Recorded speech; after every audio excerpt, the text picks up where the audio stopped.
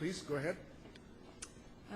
My name is Kathy Dragon. I'm here with the Cooking Lake Watershed Stewardship Society. We're just starting out, so I'm just learning about all this. But in my other life, I work for an oil sands producer. So I'm going to help Tom with an answer to a previous question and also ask Tom a question. So as an employee, we, our leader of our company imposes on us certain things that we have to perform to, and health, safety, and environmental is a large component of that. So I have a performance contract. Every year, in that performance contract, I have to describe how I'm going to support the company's position and make that actually happen. So I'm the little, one of the little guys in the field that's trying to make that happen for the companies. My question to Tom is, how can you make sure that when there's a change of leadership within an oil company, that the new leadership sustains what the old leadership has started? Because I see that happening in a previous company I worked for. Well, obviously, new leadership can implement new policies. We do come back. There's that fundamental background across our society, of course, of the laws and rules and regulations that we all have to comply to. Certainly, if a company is a member of CAP, to remain a member of CAP, they are obligated to make our stewardship commitments and to do the stewardship reporting that is required within CAP. I don't know that I know an answer to that beyond that, except that my general view is that the leadership in the industry is a high-quality group of people who generally have very effectively internalized the idea of that energy, environment, and economy are all three important. I think most of you are well led and well served, but obviously I can't speak for every individual out there. Thanks. Please go ahead, sir. Hi, Jim Stevens, Pigeon Lake Watershed Association here in Alberta. I certainly took the advice from the report and from Mr. Manning this morning that we should all try to develop a short list of issues if indeed we're going to accomplish anything within this very broad movement.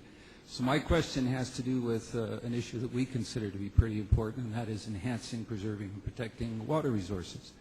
So I have a question for each of the panelists, and it's quite simply, could you comment on and describe briefly a policy or a practice that you have developed, whether for agricultural, industrial, recreational, ecological, or domestic purposes, that would enhance, preserve, and protect our important water resources? And could you describe a success that you've achieved and how you quantify that? All right, and who is that for? For all four of the panelists, please. Who would like to go first? Ben, would you? Sure. I didn't hear all of your question. Just repeat the question just for us so that make sure. I didn't hear all of your question. I've got this podium in front of me here. No, I understand. It's about water resources, enhancing, preserving, and protecting our water resources. Could you describe a practice or a policy that your organization or organizations has developed, a success that you think you've achieved pursuant to that policy or practice, and how you quantified that? Sure, I'd be more than happy to. As Bob mentioned in the introductory remarks, I had the pleasure of serving as the North American Waterfowl Management Plan Coordinator in Washington, D.C. That then started as the International Association of Fish and Wildlife Agencies, and they dropped international. The North American Waterfowl Management Plan is probably the most successful continental wildlife plan in the world.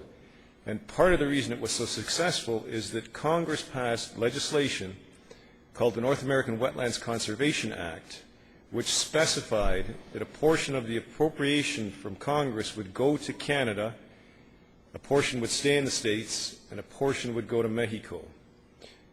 There was the U.S. Wetlands Conservation Council, who I worked with for over 14 years, who oversaw this funding.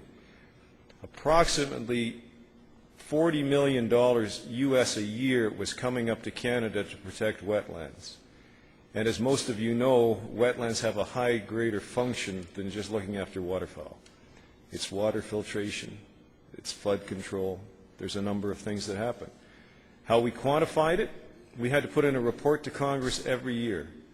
on how many hectares in Canada, how many acres in the States, and how many acres in Mexico were being protected, and how much money was going to each of the countries, and what the distribution of it was across the landscape in Canada, the United States, and Mexico. Does that answer your question? And anyone else like to take this? Rob would like to take a shot at that too. Well, as I said earlier, Keystone Ag Producers has been instrumental in developing the ALICE project, and the pilot project that we have, we've finished now in the province of Manitoba, was a watershed-based in 1 RM in pothole country in Manitoba, and what was done was there was incentives put in place with criteria around those incentives, obviously, that producers would perform certain practices, and predominantly it would have been around the potholes, so something to do with water quality and preserving of wetlands. And so there's riparian areas, and if the producers, in short, if the producers met the criteria that was laid out, that was developed by the stakeholders, and performed the function, then they were paid a payment per acre based on what they achieved. And you know, the numbers of what we've actually achieved in water quality, I think, you know, those are probably long-term numbers that will take a while to discover. But it's also interesting that in a very similar area, DU did a study on Broughton's Creek, and I think the information that they will have garnered from that project will lead to quantifying what is really happening on the landscape and why there is a need for protecting these wetlands and why there is a value. And as producers, we feel there is a value an incentive value to maintain these and in a fee for service. And that's the idea behind our project was it's a fee for service. If you don't provide the service, you don't get the fee. And it's no different than if you get on the C train here and take a ride and not pay for it. I mean, I guess we feel that there should be no free rides. I won't speak much about the NAMONT plan because Len's done a great job in describing it, but I would indicate that the Canadian Wildlife Service is hugely implicated in the implementation of the North American Wetlands Management Plan. I'm the co-chair for Canada. That's where Bob McLean is this week, talking about projects coming up to Canada. Many, many millions of dollars come up every year. We have a lot of partnerships that are managed through what's called joint ventures, and we have a number of them across the country that are targeting specific eco-regions, working not only government to government, but government, NGOs, industry sectors, and so on. So it's very, very powerful program that delivers a lot of key result. The only other example that I would put on the table is the federal wetlands policy, which is no net loss.